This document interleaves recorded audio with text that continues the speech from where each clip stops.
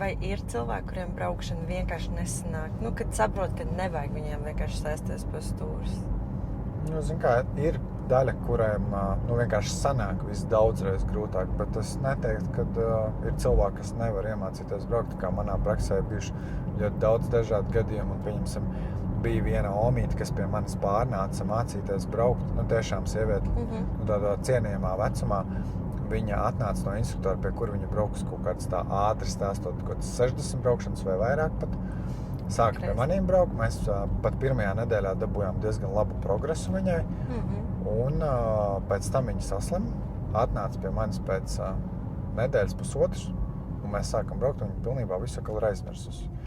Un es izbraucu to nodarbību, un es saku, nu žēl, ka tā kā tas viss progress, ko mēs ieguvām, ka viņš tik ļoti ātri pazuda, ja? Un tad es viņai teicu, jo tad es mācīju uz manuālās. Es saku, varbūt, ja jums ir vērts pamēģināt mācīties uz automātu, un jums ies vienkārši viss raitāk un tā tālāk. Un viņa man vēl teica to, ka viņas dēls viņai ir nopircis automātu. Es saku, jā, bet priekš kam?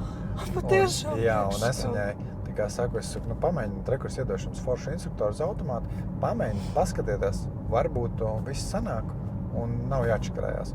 Un viņa man pēc mēneša, viņa man nedod nekādu ziņu, pēc mēneša padeva ziņu, milzīgs tev paldies, Ronald, es šodien noliku CSDD eksāmenu. Nu, vajadzēja pamainīt kaut ko bišķiņ tā kā es saku, visi var iemācīties braukt, tikai vajag, nu, tā kā iespringt, vajag saprast, kas ir tas pareizākais ceļš, un viss var izdoties.